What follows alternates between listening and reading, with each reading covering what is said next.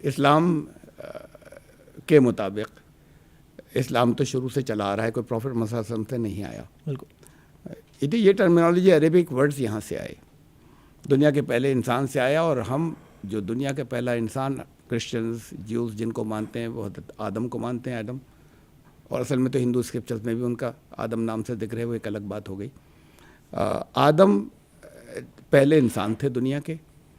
अगर वो पहले इंसान थे तो वो जहाँ से शुरू हुए वो जहाँ आए, माना ये जाता है कि वो यहाँ जब पहले इंसान थे तो उनको इंसान की शक्ल में ही यहाँ पर उतारा गया।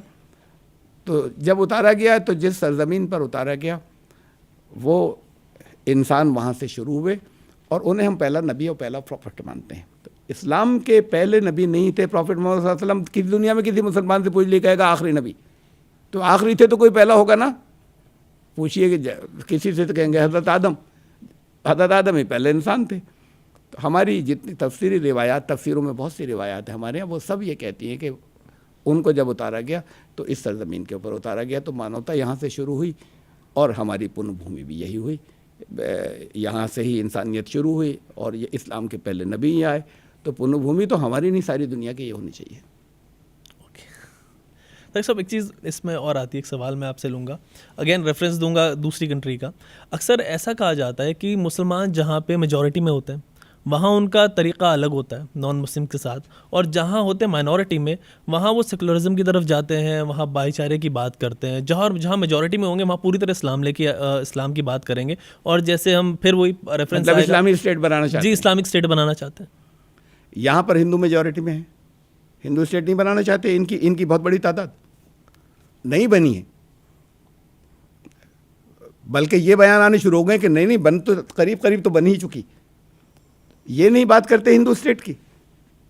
अभी हमारा कॉन्स्टिट्यूशन सेकुलरिज्म या सेकुलर है, लेकिन अब बहुत बड़ी तादाद हिंदू स्टेट की बात करने लगी ना जब, तो फिर ये यहाँ पर मेजॉरिटी में है। दुनिया में 4 मुल्क हैं जिनका ऑफिशियल रिलीजन बुद्धिज्म है, स्टेट का ऑफिशियल रिलीजन। श्रीलंका, भूटान और कंबोडिया और एक म्यांमार। ऑफिशियल स्टेट का ऑफिशियल रिलीजन बुद्धिज्म है। इसे कोई नहीं कहता। जो वहाँ पर अक्सरियत में, तो उन्होंने कहा हमारा ऑफिशियल रिलीजन ये है। उसे आप नाम कैसे दी थी, इसे इस्लामिक। अब इस्लामिक स्टेट में क्या होना चाहिए, ये बिल्कुल ऑल्टुगेदर डिफरेंट मैटर है कि उसके अंदर जिस तरह की ज़ियादतियों को प्रोजेक्ट किया जा रहा है या सचमुच मुसलमान ही खुद प्रोजेक्ट कर रहे हैं, तो उनके इस्लाम में कितनी गुंजाइश है उसकी बात नहीं हो रही।